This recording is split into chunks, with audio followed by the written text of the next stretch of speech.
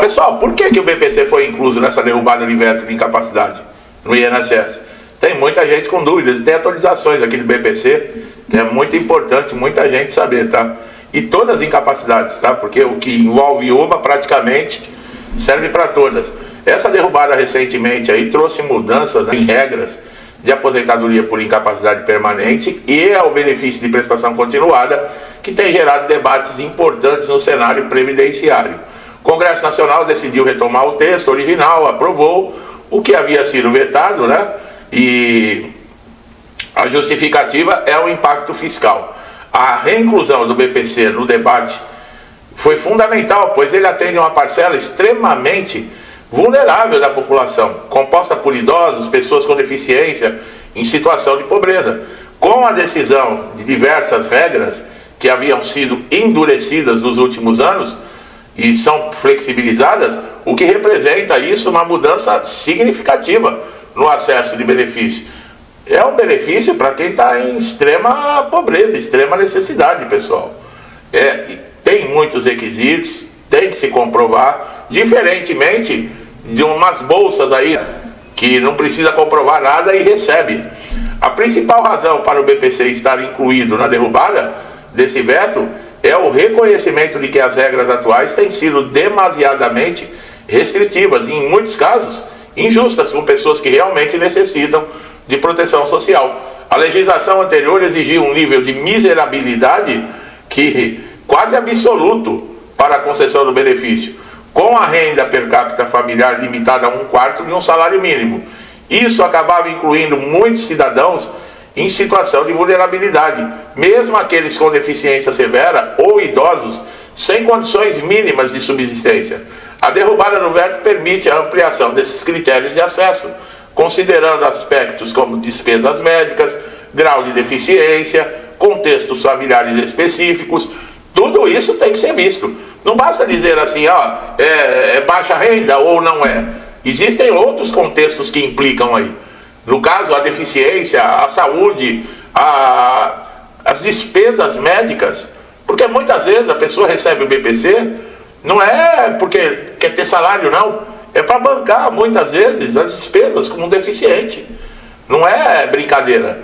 A mudança, o BPC ele poderá ser concedido mesmo com a renda familiar per capita, que ultrapasse o limite anterior, desde que se comprove a necessidade social. Isso vai humanizar o processo de concessão e vai permitir uma análise mais sensível da realidade dos requerentes. É a mesma coisa que o aposentado por invalidez. O aposentado por invalidez, ele só fica ganhando... Não, mas espera um pouquinho. Você tem que ver a condição. Tem aposentado por invalidez que mora sozinho. Tem aposentado por invalidez que não tem mais família. Essa pessoa está sozinha no mundo. E aí, como é que vai fazer? Você vai colocar uma pessoa dessa ou vai tirar o benefício de uma pessoa dessa? E aí, o que acontece com ela? Além disso, despesas extraordinárias com saúde, o que antes eram desconsideradas, passam a ser levadas em conta. Isso é particularmente importante para as pessoas com deficiência, que muitas vezes enfrentam custos elevados com tratamentos, medicamentos, aparelhos, transportes adaptados, mesmo quando não tem renda suficiente para cobrir essas despesas. Então, a renda per capita, que antes era aquilo, é 1/4 de um salário mínimo. Se passar R$1, já desconsidera. Não. Agora é feita uma avaliação. Espera aí, o que mais que são os gastos, no caso aqui com a família? É gasto com remédio, é gasto com tratamento.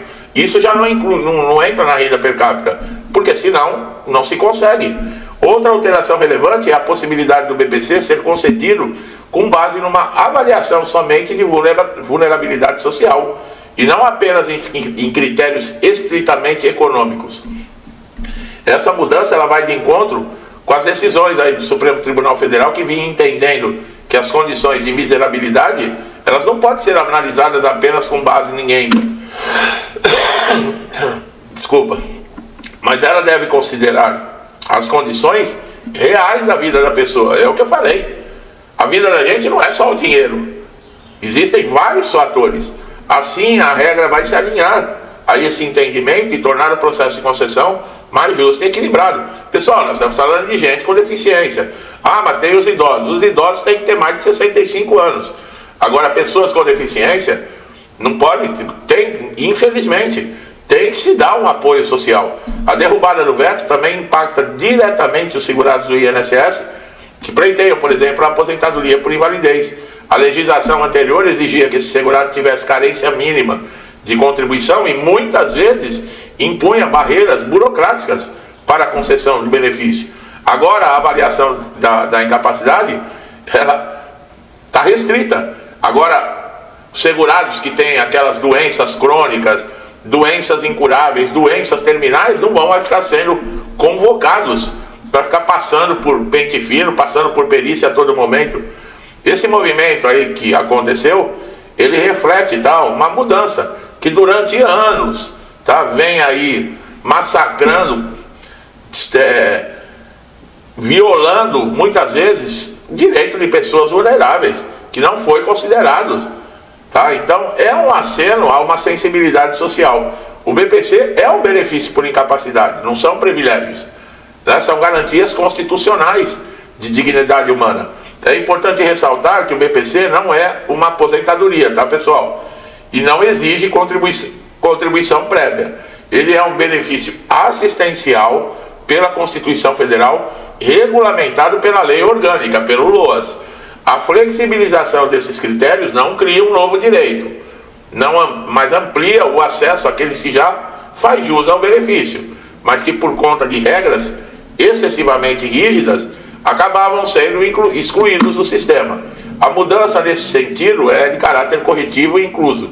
Do ponto de vista fiscal, o governo aumentou aí a ampliação de acesso do BPC e a aposentadoria por incapacidade geraria um aumento nas despesas obrigatórias. Se parar de roubar, sobra dinheiro para pagar BPC, para pagar várias coisas, O que poderia comprometer o equilíbrio orçamentário não é o BPC nem a aposentadoria por invalidez que compromete o equilíbrio orçamentário. É ficar fazendo turismo pelo mundo, ficar tentando comprar parlamentar para meter a mão e deixar, ficar pagando artista vagabundo, ficar dando dinheiro para rede de esgoto e outras redes de televisão para ficar passando pano na sujeira do governo. Isso sim compromete o equilíbrio orçamentário, O BPC, ele injeta recursos diretamente nas comunidades mais pobres, movimentando a economia local, contribuindo com a redução da desigualdade. É um investimento que acaba voltando de alguma forma para o governo, Não tem essa. É só esses caras criar vergonha na cara, parar de roubar, que a coisa muda. Nós já tivemos comprovação disso. Esses caras receberam, depois de mais de 20 anos, que passava de um para outro só no vermelho, esses caras receberam com 54 bi lá para se gastar, dar continuidade no trabalho que estava sendo feito. Já no primeiro ano já tinham gastado isso, já estavam devendo mais de 100 bi. Por quê? Por causa da roubalheira. Por causa da roubalheira. E o pior é que as pessoas mais carentes é que votam nessa cambada de sem vergonha. Diversas organizações vêm denunciando injustiças provocadas por as restrições nesses últimos anos. A retomada no contexto original é uma vitória, Para as famílias que convivem com pessoas com deficiência severa, a mudança representa um alívio, uma esperança. Muitos dependem exclusivamente do BPC para garantir alimentação, cuidados médicos, condições mínimas de vida. Ao tornar o processo mais flexível e menos punitivo, a legislação atualiza, resgata o papel do Estado, que deveria ser um gestor dos problemas também da população que paga imposto, Não é nada de graça aqui nesse país, não. O papel do INSS será fundamental na implantação dessas mudanças. É necessário que o INSS atualize seu sistema, treine funcionários, aí danou-se. Adote uma postura mais proativa na análise de casos, evitando indeferimentos automáticos baseados em interpretações restritivas da lei. A legislação é clara ao estabelecer critérios mais amplos e o respeito a esse novo marco, que é fundamental. Caiu desse jeito no INSS é problema. Mesmo quem é do BPC passa por problemas, porque tem que estar lá com o CAD único atualizado, tem que ir no CRAS, deixar tudo em ordem, tomar cuidado com todas as informações. Não adianta querer aumentar ou diminuir, pessoal, porque vai ter visita social, vai ter todas as informações terão que ser comprovadas. Tome muito cuidado. a verdade sempre, tá? Estou dizendo que tem mentiroso, mas, sabe, nunca omita nada. Se tem uma pessoa a mais ou não na família, não adianta, uma hora os caras descobrem. Não adianta, alguém vai denunciar, vão descobrir e você vai perder o direito. E aí você fica até impedido de pedir novamente, porque você vai ser considerado um fraudador. Então não vale a pena, tá? Tem gente que fica de olho. Eles não ficam de olho em sindicato e associação que mete a mão no dinheiro de aposentado e pensionista. Mas você aí que recebe um benefíciozinho de R$ 1.500 por mês porque é deficiente, eles ficam com o olho desse tamanho em cima de você para cortar o seu benefício, entendeu?